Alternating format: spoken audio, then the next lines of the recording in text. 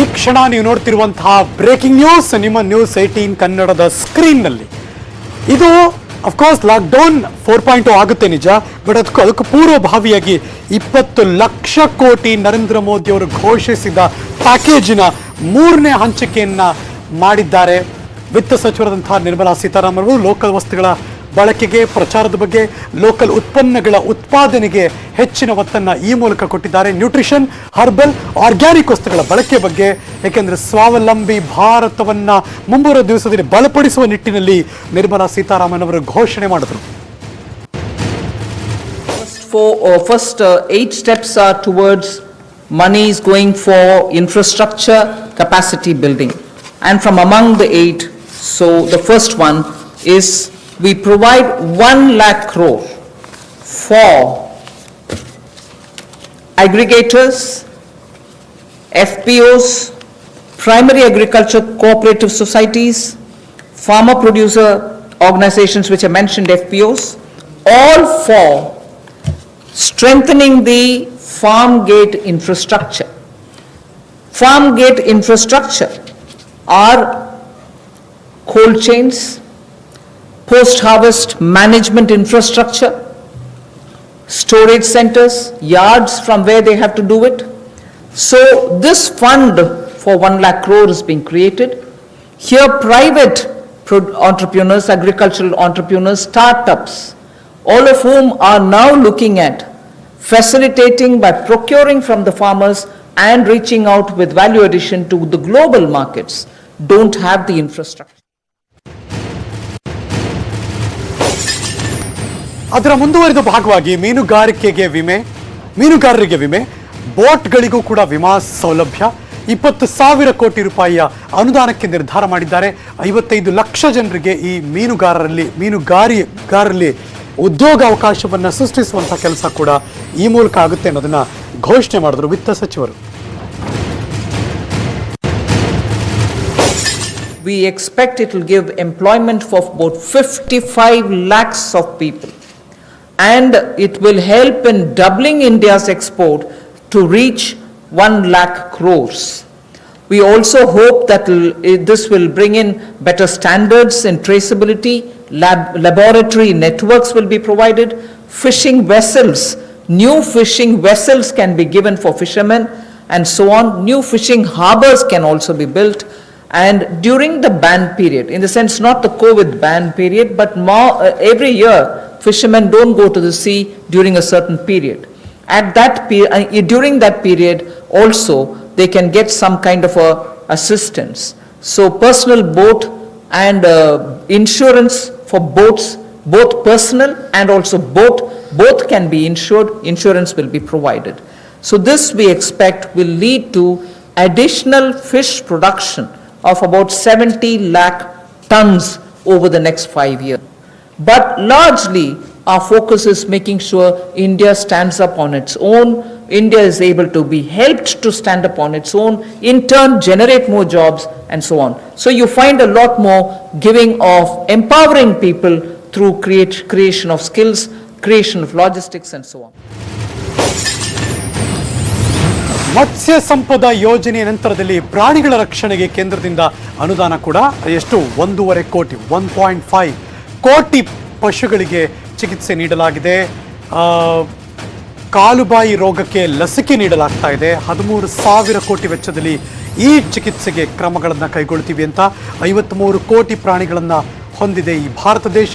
ಅವೆಲ್ಲರಿಗೂ ಕೂಡ ನಾವು ಈ ಮೂಲಕ ಒದಗಿಸ್ತಾ ಇದ್ದೀವಿ ಅನ್ನೋ ಮಾತುಗಳನ್ನು ವಿತ್ತ ಸಚಿವರು ಹೇಳಿದರು. Mantriji has been looking at the foot and mouth disease of animals.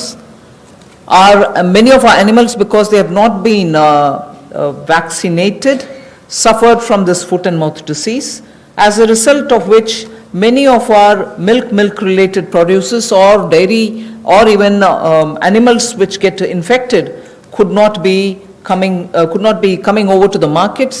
So farmers or animal keepers had a lot of suffering.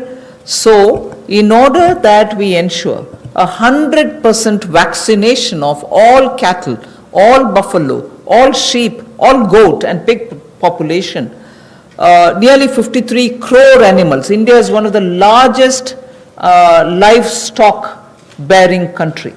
And therefore, for a country of that size with one of the largest stock of animal with us, FMD has to be eradicated. Therefore, till date, beginning January, in spite of the lockdown difficulties, 1.5 crore cows and buffaloes have been tagged and they have been vaccinated.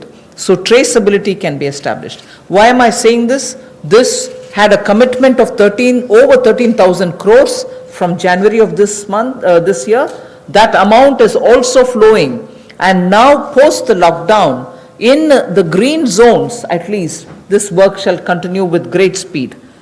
This forms the basis for my next slide, which pertains to animal husbandry and the money which is being allowed for that building of capacities in animal husbandry. Dairy ಉದ್ಯಮಕ್ಕೆ 5,000 ಕೋಟಿ ರೂಪಾಯಿ ಅನುದಾನವನ್ನ ಕೊಟ್ಟಿದ್ದಾರೆ. ಹಾಲು ಉತ್ಪಾದಕರ ಸಂಕಷ್ಟಕ್ಕೆ ಕೇಂದ್ರ ಈ ಮೂಲಕ ಸ್ಪಂದನೆ ಮಾಡ್ತಾ ಇದೆ. ಹಾಲು, ಮೊಸರು, ಬೆಣ್ಣೆ ತಯಾರಿಕೆಗೆ ಬೆಂಬಲವನ್ನ ಕೊಡ್ತಾ ಇದ್ದಾರೆ ಕೇಂದ್ರ ಸರ್ಕಾರ. ಇದನ್ನ ವಿತ್ತ ಸಚಿವರು ಘೋಷಣೆ ಮಾಡಿದ್ರು. ಡೈರಿ ಉದ್ಯಮಕ್ಕೆ 5,000 ಕೋಟಿ ಅನುದಾನ.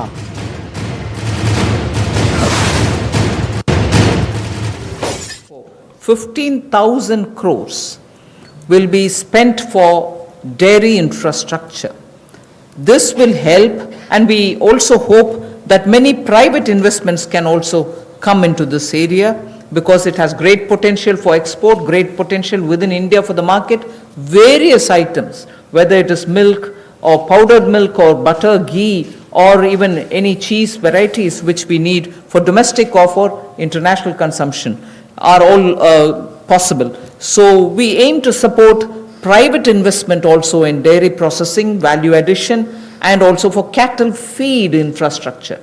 Cattle feed is a potential area not just for India. Export of cattle feed also has a lot of scope. And therefore, Animal Husbandry Infrastructure Development Fund, which are scientifically done and standards can be established.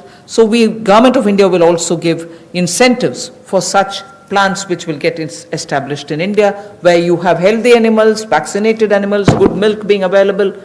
So that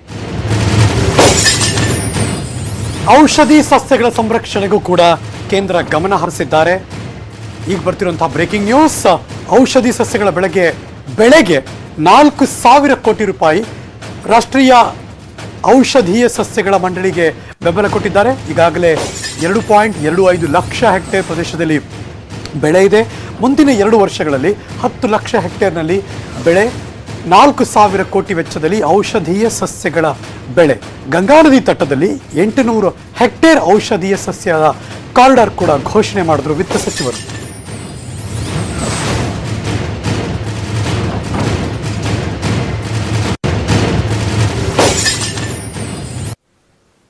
The National Medicinal Plants Board, 4,000 crores of rupees is getting allocated for this purpose. This board has already supported 2.25 lakh hectares of area under cultivation for medicinal plants. We think greater 10 lakh, up to 10 lakh hectares will also be brought in for herbal cultivation in the next 2 years, with an additional outlay of, with an outlay of 4,000 crore, which is what I'm announcing now. And this ಇದು ಕೆಲವೇ ಹೊತ್ತಿನ ಮುಂಚೆ 3ನೇ ಬಾರಿಗೆ ಹಂಚಿಕೆಯ ಬಗ್ಗೆ ಮಾಹಿತಿಯನ್ನು ಕೊಡ್ತಾ ಹೋದ್ರು ವಿತ್ತ ಸಚಿವರಾದಂತಹ ನಿರ್ಮಲಾ ಸೀತಾರಾಮನ್ ಅವರು. ಲೆಟ್ ಮಿ ಆಸ್ಕ್, ಎಲ್ಲ ಘೋಷಣೆಗಳಾಗ್ತಾ ಇದೆ, ಇದು ರೈತರಿಗೆ ಸಮಾಧಾನ ತರ್ತಾ ಇದೆಯಾ ಅಂತ. ನಮ್ಮ ಜೊತೆ ದೂರವಾಣಿ ಸಂಪರ್ಕದಲ್ಲಿ ರೈತ ಮುಖಂಡರಾದಂತಹ ಕುರುಬೂರು ಶಾಂತಕುಮಾರ್ ಅವರಿದ್ದಾರೆ. ಸರ್ ನಮಸ್ಕಾರ. ಸರ್ ನಮಸ್ಕಾರ ಸರ್. ನಿನ್ನೆಯಿಂದ ಇಲ್ಲಿ ತನಕ ಅಥವಾ 3 ದಿನದಿಂದ ಕೇಂದ್ರ ಘೋಷಣೆ ಮಾಡೋದು ನೋಡ್ತಿದ್ದೀರಿ, ರಾಜ್ಯ ಸರ್ಕಾರ ಘೋಷಣೆ ಮಾಡೋದು ನೋಡ್ತಿದ್ದೀರಿ. ಇವತ್ತು ಕೃಷಿಗೆ ಮೂಲಭೂತ ಸೌಕರ್ಯದ ಬಗ್ಗೆ 1 ಲಕ್ಷ ಕೋಟಿಯ ಬೆಂಬಲ ಘೋಷಣೆ ಮಾಡ್ತಿದ್ದಾರೆ. ಬೆಳೆ ಕಟಾವಿಗೆ ಅಥವಾ ಒಂದು ರೀತಿ ಆಹಾರ ಉತ್ಪನ್ನಗಳಿಗೆ ಎಲ್ಲದಕ್ಕೂ ಕೂಡ ಘೋಷಣೆ ಮಾಡ್ತಿದ್ದಾರೆ. ಏನ್ ಅನಿಸ್ತು? ಈಗ ಬಹಳ ಆಕರ್ಷಣೀಯವಾಗಿ ಘೋಷಣೆ ಮಾಡ್ತಾ ಇದ್ದಾರೆ. ಅದು ಇಂಪ್ಲಿಮೆಂಟ್ ಆಗ್ತಕ್ಕಂಥದ್ದು ಬಹಳ ಮುಖ್ಯವಾದ ವಿಚಾರ. ಮುಖ್ಯವಾಗಿ ಇವತ್ತಿನ ಪರಿಸ್ಥಿತಿಯಲ್ಲಿ ರೈತರಿಗೆ ಎಲ್ಲ ಕೃಷಿ ಚಟುವಟಿಕೆ ಆರಂಭ ಆಗ್ಲಿಕ್ಕೆ ಬೇಕಾದಂತ ಹಣಕಾಸಿನ ನೆರವು ಬೇಕಾಗ್ತದೆ. ಕೇಂದ್ರ ಸರ್ಕಾರ ಬಜೆಟ್ ಅಲ್ಲಿ 12 ಲಕ್ಷ ಕೋಟಿ ರೂಪಾಯಿಗಳನ್ನ ಕೃಷಿ ಕ್ಷೇತ್ರಕ್ಕೆ ಸಾಲ ಕೊಡ್ತೀವಿ ಅಂತ ಎತ್ತಿಟ್ಟಿದ್ದಾರೆ. ಹೌದು. ಅದರಲ್ಲಿ ನಿನ್ನೆ ಅನೌನ್ಸ್ ಮಾಡಿರ್ತಕ್ಕಂಥದ್ದು 30,000 ಕೋಟಿ ಮಾತ್ರ. ಈಗಾಗಲೇ 90,000 ಕೋಟಿ ಕೊಟ್ಟಿದೀವಿ, ಇನ್ನು 30,000 ಕೋಟಿ ಅಡಿಸಲ್ಲ ಕೊಡ್ತೀವಿ ಅಂತ ಹೇಳಿದ್ದಾರೆ. ಅಂದ್ರೆ ನಾವು ಕೇಳ್ತಕ್ಕಂಥದ್ದು ಎಲ್ಲಾ ರೈತರಿಗೂ ಹೊಸದಾಗಿ ಸಾಲ ಕೊಡುವಂತ ವ್ಯವಸ್ಥೆ ಆಗ್ಬೇಕು ಅಂತಕ್ಕಂಥದ್ದು ಬಹಳ ಮುಖ್ಯವಾದ ವಿಚಾರ. ನನಗೆ ಇವತ್ತು ಮಧ್ಯಾಹ್ನ ಒಬ್ರು ಶಿವಮೊಗ್ಗದ ಕಡೆ ಒಬ್ರು ನನ್ನ ಪರ್ಸನಲ್ ಮೊಬೈಲ್ ಫೋನ್ ಮಾಡಿ ಈ ವಿಚಾರ ಪ್ರಸ್ತಾಪ ಮಾಡಿದ್ರು. ಸರ್ಕಾರ ಏನ್ ಮಾಡ್ತಾರೋ ಗೊತ್ತಿಲ್ಲ ಸರ್, ಆದ್ರೆ ರೈತರಿಗೆ ಏನ್ ಮಾಡದೇ ಇದ್ರು ಈಗ ನೆಕ್ಸ್ಟ್ ಗೊಬ್ಬರ ತಗೋಬೇಕು, ಬೀಜ ತಗೋಬೇಕು, ಬೇರೆ ಬೇರೆ ಕೆಲಸ ತುಂಬಾ ಇದೆ, ಸಾಲ ಕೊಡುವ ಸೌಲಭ್ಯ ಆಗಬೇಕು ಅಂತಿದ್ರು. ಹೌದು, ಇದು ಬಹಳ ಮುಖ್ಯವಾಗಿ ಆಗ್ಬೇಕಾದ ವಿಚಾರ. ಎರಡನೇದು, ಮುಂದಿನ 6 ತಿಂಗಳ ತನಕ ರೈತರ ಉತ್ಪನ್ನಗಳನ್ನ ಸರ್ಕಾರನೇ ಖರೀದಿ ಮಾಡುವಂತ ವ್ಯವಸ್ಥೆ ನಿರ್ಮಾಣ ಆಗ್ಬೇಕು. ಬೆಂಬಲ ಬೆಲೆ ನಿಗದಿ ಮಾಡಿ, ಆವಾಗ ಮಾತ್ರ ರೈತನ ಅಪಾಯದಿಂದ ಪಾರು ಮಾಡ್ಲಿಕ್ಕೆ ಸಾಧ್ಯತೆ ಇದೆ. ಇವೆರಡು ವಿಚಾರನ ಬಿಟ್ಟು ಅವ್ರು ಏನೇನೋ ಅನೌನ್ಸ್ ಮಾಡಿದ್ರು ಕೂಡ ಸುಮ್ಮನೆ ಅದನ್ನ ಹೊರ ಜಗತ್ತಿಗೆ ತೋರ್ಸ್ಲಿಕ್ಕೆ ಮಾಡ್ತಾ ಇದಾರೆ ಅಂತ ನಮ್ಗೆ ಅನಿಸ್ತದೆ. ಈಗ ಬೆಳೆ ಟಚ್ ಮಾಡಬೇಕು ಸರ್, ಬೆಳೆ ಕಟಾವ್ ಮಾಡ್ತೀರಿ, ಅದೆಲ್ಲ ಸ್ಟಾಕ್ ಮಾಡೋದಕ್ಕೆ ನಾವು ಕ್ರಮ ತಗೋತೀವಿ. ಯಾರ್ಯಾರು ಅಗ್ರಿಕಲ್ಚರ್ ಸ್ಟಾರ್ಟ್ಅಪ್ ಗಳು ಮಾಡಿದಿರಿ ಅವ್ರಿಗೆ ನಾವು ಸಾಥ್ ಕೊಡ್ತೀವಿ, ಮತ್ತು ಮೂಲಭೂತ ಸೌಕರ್ಯ ಕೃಷಿಗೆ ಏನ್ ಬೇಕು ಅದನ್ನ ನಾವು ಮಾಡ್ತೀವಿ ಅಂತೆಲ್ಲ ಹೇಳಿದಾಗ ಏನ್ ಅನಿಸ್ತು ಸರ್? ಈಗ ಉತ್ಪಾದನೆ ಆಗ್ತಕ್ಕಂಥ ಉತ್ಪನ್ನಗಳಲ್ಲಿ 50% ಮಾತ್ರ ಬಳಕೆ ಆಗ್ತಾ ಇರೋದು ನಮ್ಮ ದೇಶದಲ್ಲಿ. ಈಗ ಹೊರದೇಶಕ್ಕೆ ಎಕ್ಸ್ಪೋರ್ಟ್ ಆಗ್ತಾ ಇಲ್ಲ, ದೊಡ್ಡ ದೊಡ್ಡ ಸಮಾರಂಭಗಳು ನಡೀತಾ ಇಲ್ಲ, ಮದುವೆಗಳು ನಡೀತಾ ಇಲ್ಲ, ಹೋಟೆಲ್ಗಳಿಲ್ಲ, ಖರೀದಿ ವ್ಯವಸ್ಥೆ 50% ಕುಸಿತ ಆಗಿದೆ. ಇಂಥ ಸಂದರ್ಭದಲ್ಲಿ ರೈತರಿಗೆ ಬೆಲೆ ಕುಸಿತ ಆಗ್ತಾ ಇದೆ. ರೈತರ ಪ್ರೊಟೆಕ್ಷನ್ ಮಾಡ್ಲಿಕ್ಕೆ ಅವನು ಉತ್ಪಾದನೆ ಮಾಡಿದಂತ ವಸ್ತುಗಳನ್ನ ನಾವೇ ಖರೀದಿ ಮಾಡ್ಕೋತೀವಿ, ಮಿನಿಮಮ್ ಸಪೋರ್ಟ್ ಪ್ರೈಸ್ ಕೊಟ್ಟು ಅನ್ನುವಂತ ಒಂದು ಭದ್ರತೆಯನ್ನ ಕೊಟ್ರೆ ರೈತರಿಗೆ ಅನುಕೂಲ ಆಗ್ತದೆ. ಅದನ್ನು ಬಿಟ್ಟು ಬೇರೆ ಬೇರೆ ತರದಲ್ಲಿ ಎಲ್ಲಾನು ಹೇಳಿದ್ರು ಕೂಡ ಪ್ರಯೋಜನ ಆಗೋದಿಲ್ಲ. ಈಗ ದಿನೇ ದಿನೇ ರೇಟ್ಗಳು ಕಡಿಮೆ ಆಗ್ತಿದೆ. ಅದು ಈರುಳ್ಳಿ ಆಗಿರ್ಬೋದು, ಟೊಮೆಟೊ ಆಗಿರ್ಬೋದು, ಎಲ್ಲವೂ ಕೂಡ ಗೊತ್ತಿಲ್ಲ ಅಲ್ಲಿಗೆ ಹೆಂಗೆ ರೈತರಿಗೆ ಎಷ್ಟು ತಲುಪ್ತಾ ಇದೆ ಅಂತ. ಬಟ್ ಆ ದಿಟ್ಟಿನಲ್ಲಿ ಸರ್ಕಾರ ಕ್ರಮ ತಗೋಬೇಕು. ಸುಮ್ನೆ ಅವ್ರಿಗೆಲ್ಲ ರೈತರಿಗೆ 5,000 ರೂಪಾಯಿ ಕೊಡ್ತೀವಿ, 3,000 ರೂಪಾಯಿ ಕೊಡ್ತೀವಿ ಅಂದ್ರೆ ಆಗ್ ಬರಲ್ಲ ಅಂತನಾ? ಇಲ್ಲ ನೋಡಿ, ಈಗ ಈ ಮೆಕ್ಕೆಜೋಳ ಬೆಳೆದ್ಬಿಟ್ಟಿದ್ರು ಸಿಕ್ಕಾಪಟ್ಟೆ ಜನ. ಸರಿ, ಅದರಲ್ಲಿ ಕರ್ನಾಟಕ ಸರ್ಕಾರದ ಮುಖ್ಯಮಂತ್ರಿಗಳು ಅನೌನ್ಸ್ ಮಾಡಿದ್ರು, ಒಂದು ಹೊಸ ಆದೇಶ ಮಾಡಿದ್ರು. ಏನೋ KMF ಮೂಲಕ ಹಾಲನ್ನ ಇದು ಮೆಕ್ಕೆಜೋಳವನ್ನ ಖರೀದಿ ಮಾಡಿ ಕನಿಷ್ಠ ಬೆಂಬಲ ಬೆಲೆಗೆ ಅಂತ ಹೇಳಿದ್ರು. ಸರಿ, ಅದರಲ್ಲಿ 25% 30% ಜನಕ್ಕೆ ಅನುಕೂಲ ಆಗ್ತದೆ, ಇಲ್ಲ ಅಂತ ಹೇಳೋದಿಲ್ಲ. ಹೌದು, ಅದನ್ನ ಪೂರ್ಣವಾಗಿ ಮಾಡಿದ್ರೆ ಎಲ್ಲ ರೈತರಿಗೂ ಅನುಕೂಲ ಆಗ್ತಿತ್ತು. ಇದೇ ವ್ಯವಸ್ಥೆ ಎಲ್ಲರಿಗೂ ಇದೆ. ಭತ್ತ ಬೆಳೆದಂತವ್ರಿಗಿದೆ, ಮತ್ತೆ ರಾಗಿ ಬೆಳೆದವ್ರಿಗಿದೆ, ಇದೇ ತರ ಸಮಸ್ಯೆ ಇದೆ. ಎಲ್ಲ ಬೆಳೆಗಳನ್ನು ಕೂಡ ಸರ್ಕಾರ ಬೆಂಬಲ ಬೆಲೆ ಖರೀದಿ ಕೇಂದ್ರಗಳನ್ನ ಮಾಡಿ ಖರೀದಿ ಮಾಡುವಂತ ವ್ಯವಸ್ಥೆ ಮಾಡಿದ್ರೆ ಸರ್ಕಾರಕ್ಕೆ ನಷ್ಟ ಆಗೋದಿಲ್ಲ. ಗೋಡನ್ಗಳು ಸ್ಟಾಕ್ ಮಾಡ್ಕೊತದೆ, ಮುಂದಿನ ದಿನಗಳಲ್ಲಿ ಅದನ್ನ ವಿತರಣೆ ಮಾಡಬಹುದು. ನಿಮ್ಮ ಕಾದು ನೋಡೋಕೆ ಇರೋದು ಅನೌನ್ಸ್ ಏನೋ ಆಗುತ್ತೆ, ಹೆಂಗ್ ಎಕ್ಸಿಕ್ಯೂಟ್ ಆಗುತ್ತೆ ನೋಡೋಣ ಅಂತಲ್ವಾ? ಅದು ಎಕ್ಸಿಕ್ಯೂಟ್ ಆಗೋದು ಬಹಳ important sir. Thank you so much sir, News18 ಜೊತೆ ಮಾತಾಡಿದಕ್ಕೆ. Welcome back. 20 ಲಕ್ಷ ಕೋಟಿಯಲ್ಲಿ 3ನೇ ಹಂಚಿಕೆ ಆಯಿತು ಇವತ್ತು. ಕೆಲವೇ ಹೊತ್ತಿನ ಮುಂಚೆ ಸುದ್ದಿಗೋಷ್ಠಿಯಲ್ಲಿ ಮಾತಾಡಿದ್ರು ವಿತ್ತ ಸಚಿವರಾದಂಥ ನಿರ್ಮಲಾ ಸೀತಾರಾಮನ್ ಅವರು. ಕೃಷಿ ವಲಯಕ್ಕೆ 1 ಲಕ್ಷ ಕೋಟಿಯ ಪ್ಯಾಕೇಜ್ ಅನ್ನು ಘೋಷಣೆ ಮಾಡಿದ್ರು. ಇದೀಗ ಬರ್ತಿರುವಂತಹ ಬ್ರೇಕಿಂಗ್ ನ್ಯೂಸ್, ಜೇನು ಸಾಕಾಣಿಕೆ ರೈತರಿಗೂ ಕೂಡ ಕೇಂದ್ರ ಸಹಾಯ ಮಾಡಿದೆ. 500 ಕೋಟಿ ರೂಪಾಯಿ ಸಹಾಯ ಧನವನ್ನ ಘೋಷಣೆ ಮಾಡಿದ್ದಾರೆ. 2 ಲಕ್ಷ ಜೇನು ಸಾಕಾಣಿಕೆದಾರರಿಗೆ ಇದರಿಂದ ಅನುಕೂಲ ಆಗುತ್ತೆ. Breaking news.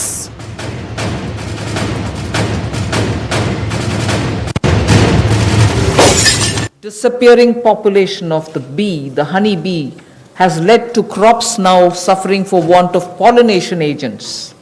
So cross-pollination, which happens through bees, don't happen that much like before.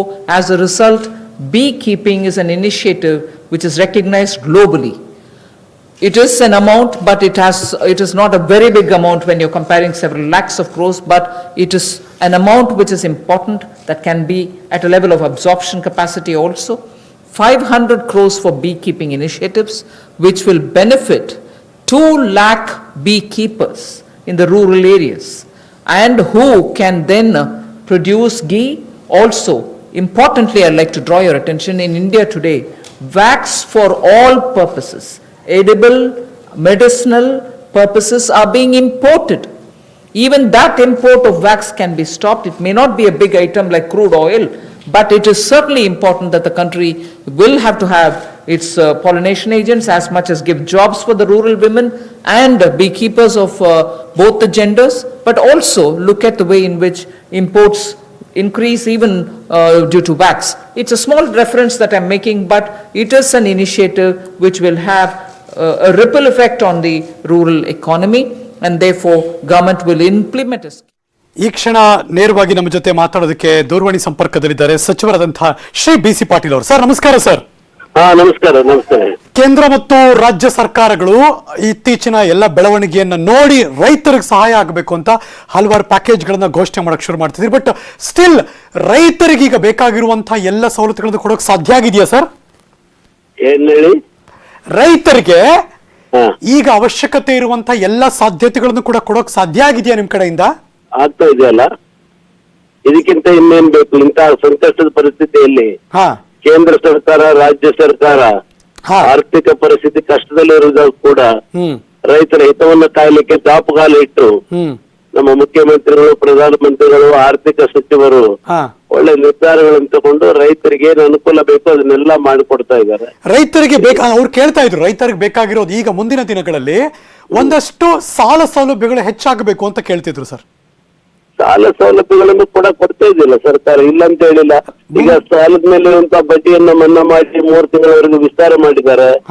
ಈ ಕಿಸಾನ್ ಸಮ್ಮಾನ್ ಯೋಜನೆಯಲ್ಲಿ 2.5 ಕೋಟಿ ರೈತರಿಗೆ 2 ಲಕ್ಷ ಕೋಟಿ ಸಾಲಗಳನ್ನ ಕೊಡ್ತೇವೆ ಅಂತ ಹೇಳಿದ್ದಾರೆ. ಇನ್ನೇನ್ ಬೇಕೆಲ್ಲ ಕೊಡ್ತಾ ಇದ್ದೀವಲ್ಲ. ಇವತ್ತು ಕೇಂದ್ರದಿಂದ ಅನೌನ್ಸ್ ಮಾಡಿದ್ರಲ್ಲ ಸರ್, ಕೃಷಿ ಚಟುವಟಿಕೆಗಳಿಗೆ 1 ಲಕ್ಷ ಕೋಟಿ ಪ್ಯಾಕೇಜ್. ಕರ್ನಾಟಕಕ್ಕೆ ಎಷ್ಟು ಸಿಗ್ತಾ ಇದೆ, ಹೆಂಗ್ ಹೋಗುತ್ತೆ ಅಂತ ಅದು ಬರ್ಬೇಕಲ್ಲ, ಇಷ್ಟು ಡೀಟೇಲ್ ಆಗಿ ಯಾವ ರಾಜ್ಯಗಳಿಗೆ ಎಷ್ಟೆಷ್ಟು ಅಂತ ಹೇಳಿ. ಸರ್, ಕರೋನಾ ಬಂದಲ್ಲಿ ನೀವು ಎಲ್ಲಾ ಕಡೆ ಓಡಾಡ್ತಿದ್ದೀರಿ, ಹಲವಾರು ಭಾಗದಲ್ಲಿ ಬೆಳೆ ನಾಶ ಎಲ್ಲವನ್ನೂ ನೋಡ್ತಿದ್ದೀರಿ ನೀವೀಗ. ಸೊ ಇನ್ನೇನ್ ಕ್ರಮ ತಗೋಬೇಕು ಅಂತ ಅನಿಸ್ತದೆ ಸರ್ ಈಗ? ಈಗ ಏನು ಕ್ರಮ ತಗೋಬೇಕು ಅದನ್ನೆಲ್ಲ ವರದಿಯಲ್ಲಿ ಕೊಟ್ಟಿದ್ದೆ ಈಗಾಗಲೇ ಸಾಕಷ್ಟು. ಉದಾಹರಣೆಗೆ ನಾನು ಕೊಪ್ಪಳ ಜಿಲ್ಲೆ ಟೂರ್ ಮಾಡುವಂತ ಸಂದರ್ಭದಲ್ಲಿ ಭತ್ತದ ಬೆಳೆ ಹಾನಿಯಾಗಿತ್ತು ಆನೆಕಲ್ಲು ಮಳೆ ಮತ್ತು ಬಿರುಗಾಳಿಯಿಂದ. 45 ಕೋಟಿ ರೂಪಾಯಿ ಘೋಷಣೆಯನ್ನ ಮುಖ್ಯಮಂತ್ರಿಗಳು ಮಾಡಿದ್ರು. ಹೂ ಬೆಳೆಗಾರರಿಗೆ ಪರಿಹಾರವನ್ನು ಕೊಟ್ಟಿದ್ದಾರೆ. ಬೇರೆಯವ್ರಿಗೂ ಕೊಡ್ಬೇಕಾಗಿತ್ತು ಅಂತಿದ್ರು. ಹೇಳ್ತಾ ಇದ್ದೀನಿ, ಇನ್ನು ಯಾಕೆ ಅಷ್ಟು ಅವಸರ ಮಾಡ್ತಾ ಇದ್ದೀರಿ? ಹೇಳಿ ಸರ್, ಹೇಳಿ ಸರ್ ಪ್ಲೀಸ್. ನಿನ್ನೆ 162 ಕೋಟಿ ರೂಪಾಯಿ ಹಣ್ಣು ತರಕಾರಿಗಳಿಗೆ ಘೋಷಣೆ ಮಾಡಿದ್ದಾರೆ ಮುಖ್ಯಮಂತ್ರಿಗಳು. ಹೌದು. ಇವತ್ತು 500 ಕೋಟಿ ರೂಪಾಯಿ ಪ್ಯಾಕೇಜ್, 500 ಕೋಟಿ. ಕರೆಕ್ಟ್. ಮೆಕ್ಕೆಜೋಳ ಬೆಳೆದಂತ ರೈತರಿಗೆ 10 ಲಕ್ಷ ರೈತರಿಗೆ ಪ್ರತಿಯೊಬ್ಬರಿಗೆ 5,000 ರೂಪಾಯಿಗಳನ್ನ, ಸಣ್ಣ ರೈತ ದೊಡ್ಡ ರೈತ ಅಂತ ಅಲ್ಲ, ಎಲ್ಲ ರೈತರುಗಳಿಗೆ ಪರಿಹಾರವನ್ನು ಕೊಡುವಂತ ಕೆಲಸ ಮಾಡಿದ್ದಾರೆ ಸರ್. ಕರೆಕ್ಟ್. ಅದು ಅನೌನ್ಸ್ ಮಾಡಿದ್ರು, ನಾವೆಲ್ಲ ಓದಿದ್ವಿ. ಬಟ್ ಈಗ ಕುರುಬೂರ್ ಶಾಂತಕುಮಾರ್ ಆದಿಯಾಗಿ ರೈತ ಮುಖಂಡರು ಕೇಳ್ತಿದ್ರು, ಮೆಕ್ಕೆಜೋಳ ಅಷ್ಟೇ ಅಲ್ಲ ಬೇರೆ ಬೆಳೆ ಬೆಳೆದವ್ರಿಗೂ ಸಿಗಬೇಕು ಅಂತಿದ್ರು. ನೋಡಿ, ಕಡ್ಲೆ ಬೆಳೆಗೆ ಬೆಂಬಲ ಬೆಲೆ ಕೊಟ್ಟಿದ್ದಾರೆ, ತೊಗರಿಗೆ ಬೆಂಬಲ ಬೆಲೆ ಕೊಟ್ಟಿದ್ದಾರೆ, ಭತ್ತಕ್ಕೆ ಪ್ರೋತ್ಸಾಹ ಧನವನ್ನ ಕೊಟ್ಟಿದ್ದಾರೆ, ರಾಗಿಗೆ ಕೊಟ್ಟಿದ್ದಾರಲ್ಲ, ಒಂದೇ ಬೆಳೆ ಅಂತ ಎಲ್ಲಿದೆ? ಸೊ ರೈತರಿಗೆ ಗೊತ್ತಿಲ್ಲ ಅದ್ರ ಬಗ್ಗೆ ನನಗೆ. ರೈತರಿಗೆ ಹಾಗಾದ್ರೆ ತಲೆ ಕೆಡಿಸ್ಕೋಬಾರ್ದು, ಇನ್ನು ಆರಾಮಾಗಿರ್ಬೇಕು. ನೋಡ್ರಿ, ಯಾರು ಕೂಡ ಎಷ್ಟು ಕೊಟ್ರು ಬೇಡ ಅಂತ ಹೇಳೋದಿಲ್ಲ. ಇಂಥ ಪರಿಸ್ಥಿತಿಯನ್ನ ಪ್ರತಿಯೊಬ್ಬರು ಕೂಡ ಅರ್ಥ ಮಾಡ್ಕೋಬೇಕು. ಈವನ್ ಸಂದರ್ಭದಲ್ಲಿ ರೈತರ ಬೇಡಿಕೆ ಏನಿತ್ತು ನಾನೇ ಹೇಳಿದೆ. ನಿನ್ನೆ ಕೂಡ ಕ್ಯಾಬಿನೆಟ್ ಮೀಟಿಂಗ್ ಅಲ್ಲಿ ಮುಖ್ಯಮಂತ್ರಿಗಳಿಗೆ 12 ರಿಂದ 14 ಜಿಲ್ಲೆಗಳಲ್ಲಿ ರೈತರು ಮೆಕ್ಕೆಜೋಳ ಬೆಳೆದು ಬಹಳ ಸಂಕಷ್ಟಕ್ಕೀಡಾಗಿದ್ದಾರೆ. ನೀವು ತರಕಾರಿ ಕೊಟ್ಟಿದ್ದೀರಿ, ಹಣ್ಣು ಬೆಳೆದವ್ರಿಗೆ ಕೊಟ್ಟಿದ್ದೀರಿ, ಅದ್ರ ಮೆಕ್ಕೆಜೋಳ ಬಹಳ ಕಷ್ಟ ಇದೆ ಅಂತ ಹೇಳಿದ್ವಿ. ಇವತ್ತು ಬೆಂಬಲ ಬೆಲೆಯನ್ನು ಕೊಡ್ಬೇಕಂದ್ರೆ ಪಡಿತರ ವ್ಯವಸ್ಥೆಯಲ್ಲಿ ಬರಲ್ಲ. ಬಹುತೇಕ ರೈತರು ಇವತ್ತು ಮೆಕ್ಕೆಜೋಳವನ್ನ ತಮ್ಮ ಅಲ್ಲೇ ಮಾರ್ಕೊಂಡ್ಬಿಟ್ಟಿದ್ದಾರೆ. ಈಗ ಅದು ಬೆಂಬಲ ಬೆಲೆ ಮಾಡ್ತೀವಿ ಅಂತ ಹೋದ್ರೆ ಇಡ್ಲಿಕ್ಕೆ ದಾಸ್ತಾನು ಇಡ್ಲಿಕ್ಕೆ ಗೋಡಾನುಗಳಿಲ್ಲ. ಪಡಿತರ ಚೀಟ್ ಇಲ್ಲದ ವ್ಯವಸ್ಥೆ ಪರ್ಚೇಸ್ ಮಾಡಕ್ ಆಗಲ್ಲ. ಆಮೇಲೆ ಈಗ ಏನಾದ್ರು ಬೆಂಬಲ ಬೆಲೆ ಮಾಡ್ಲಿಕ್ಕೆ ಹೋದ್ರೆ ವ್ಯಾಪಾರಸ್ಥರು ತಾವು ಗೋಡಾನಲ್ಲಿ ಇಟ್ಕೊಂಡಿದ್ದನ್ನ ತಂದು ಮಾರಿ ಮತ್ತೆ ವ್ಯಾಪಾರಸ್ಥರ ಮುಖಕ್ಕೆ ಬಟ್ಟೆ ಕಟ್ಟುವಂತ ಕೆಲಸ ಮಾಡ್ತಾರೆ. ಸರ್, ಒಂದಕ್ಕೆ BC ಪಾಟೀಲ್ ಸರ್, ಒಂದಕ್ಕೆ ಅಭಿನಂದನೆ ಸಲ್ಲಿಸ್ತೀನಿ. ನೀವು ಒಂದು 3 ವಾರದ ಮುಂಚೆ News18 ಕನ್ನಡ ಸ್ಟುಡಿಯೋಗೆ ಬಂದಾಗ ನನ್ನ ಜೊತೆ ಲೈವ್ ಮಾತಾಡ್ತಿರ್ಬೇಕಾದ್ರೆ ಇದೇ ಮೆಕ್ಕೆಜೋಳ ವಿಚಾರ ಬಂದಾಗ ಕೆಲವೇ ದಿನಗಳಲ್ಲಿ ಅದ್ರ ಬಗ್ಗೆ ಗಮನ ಹರಿಸ್ತೀನಿ ಅಂತ ನೀವು ಹೇಳಿದ್ರಿ. I do remember. ಈಗ ಅದಕ್ಕೆ ಸ್ಪಷ್ಟನೆ ಕೂಡ ಕೊಡ್ತಿದ್ರಿ, ನೆನ್ನೆ ಕೂಡ ಅನೌನ್ಸ್ ಮಾಡಿದ್ರು ಇದು ಮೆಕ್ಕೆಜೋಳ. ಈ ವಿಚಾರ ಬಗ್ಗೆ ನಂದೇನು ತಕರಾರಿಲ್ಲ, ಬಿಕಾಸ್ ನೀವು ಏನ್ ಹೇಳಿದ್ರಿ ಅದು ಮಾಡ್ಕೊಟ್ಟಿದ್ರಿ, ಕರೆಕ್ಟ್. ಬಟ್ ನಾನ್ ಕೇಳ್ತಿರೋ ಪ್ರಶ್ನೆ BC ಪಾಟೀಲ್ ಸರ್, ನೀವು ಎಲ್ಲಾ ಕಡೆ ಸುತ್ತಾಡ್ತಿದ್ದೀರಿ, ಬೀದರಿಂದ ಚಾಮರಾಜನಗರ, ಕರಾವಳಿಯಿಂದ ಕೋಲಾರ ತನಕ. ಈಗ ಏನಾದ್ರೂ ಬೇರೆ ಮಾಡ್ಬೇಕು, ಆ ಜನ ಒದ್ದಾಡ್ತಿದ್ದಾರೆ ಅಂತ ಇನ್ನೂ ನಿಮ್ ಮನಸ್ಸಲ್ಲಿ ಓಡಾಡ್ತಿದ್ಯಾ ಆ ರೈತರು ನೋಡಿದಾಗ ಅಂತ ಕೇಳ್ತಾ ಇದೀನಿ. ಈಗ ಮಾಡ್ಬೇಕು ಅಂತ ಬಹಳಷ್ಟು ಆಸೆ ಇದೆ. ಅದ್ರ ಹಿಟ್ಟಿದ್ದಷ್ಟು ರೊಟ್ಟಿ ಅನ್ನೋದನ್ನ ಎಲ್ಲರೂ ಅರ್ಥ ಮಾಡ್ತಾರೆ. ಕನ್ಸರ್ನ್ ಇರೋದು ಇಮಿಡಿಯೇಟ್ ಕನ್ಸರ್ನ್ ಈಗ ಏನಿದೆ, ಇದು ನನ್ನ ಬಹಳಷ್ಟು ದಿನಗಳ ಒತ್ತಾಯ. ನಾನು ಟೂರ್ ಮಾಡಿದಾಗಿಂದ ಹೇಳ್ತಾ ಇದ್ದೆ ಮುಖ್ಯಮಂತ್ರಿಗಳಿಗೆ, ಬಹಳ ಕಷ್ಟದಲ್ಲಿದ್ದಾರೆ ರೈತರು. 12ರಿಂದ 14 ಜಿಲ್ಲೆ, ಬಹುತೇಕವಾಗಿ ಅರ್ಧ ಕರ್ನಾಟಕದಲ್ಲಿ ಕರೆಕ್ಟ್ ಮುಖ್ಯ ಬೆಳೆಯನ್ನ ಬೆಳೆದಂತ ರೈತರು ಕಷ್ಟದಲ್ಲಿ ಸಿಕ್ಕಾಕೊಂಡಿದ್ದಾರೆ ಅಂತ ನಿನ್ನೆ ಕೂಡ ಕ್ಯಾಬಿನೆಟ್ ಅಲ್ಲಿ ಬಹಳ ಸೀರಿಯಸ್ ಆಗಿ ಮುಖ್ಯಮಂತ್ರಿ ಬಹಳ ಗಂಭೀರವಾಗಿ ತಗೊಂಡು, ರೈಟ್ ಸರ್. ನಿನ್ನೆ ಆಕ್ಚುಲಿ ನಾನು ಕೊಪ್ಪಳಕ್ಕೆ ಹೋಗ್ತಾ ಇದ್ದೆ, ಇವತ್ತು ಮೀಟಿಂಗ್ ಇತ್ತು, ನನ್ನ ವಾಪಸ್ ಕರ್ಸ್ಕೊಂಡು ಇವತ್ತು ಮುಖ್ಯಮಂತ್ರಿ ಆ ವಿಚಾರಕ್ಕೆ ಏನು ತಕರಾರಿಲ್ಲ. ನೀವು ಆ ವಿಚಾರಕ್ಕೆ ಆ ಮೆಕ್ಕೆಜೋಳ ಬೆಳೆದವರಿಗೆ ಒಂದು ಸ್ವಲ್ಪ ಸಹಾಯ ಮಾಡಿದ್ದೀರಿ. Thank you. ಈ ಮೂಲಕ ಮಾನ್ಯ ಕೃಷಿ ಸಚಿವರಾದಂತಹ ಶ್ರೀ BC ಪಾಟೀಲ್ ಅವರು. ಇಲ್ಲಿಗೆ ವಿಶೇಷ ನ್ಯೂಸ್ ಮುಗಿಸಿ ನಾನು ಹೋಗಿ ಬರ್ತೀನಿ, ಮತ್ತೆ ಸಿಗ್ತೀನಿ ಮುಂದಿನ ಸುದ್ದಿಗಳಲ್ಲಿ. ಪಕ್ಕಾ ನ್ಯೂಸ್ಗಾಗಿ ನೋಡ್ತಾ ಇರಿ News18 ಕನ್ನಡ. ಜಾಲ ನಮ್ಮದು, ಬಲ ನಿಮ್ಮದು.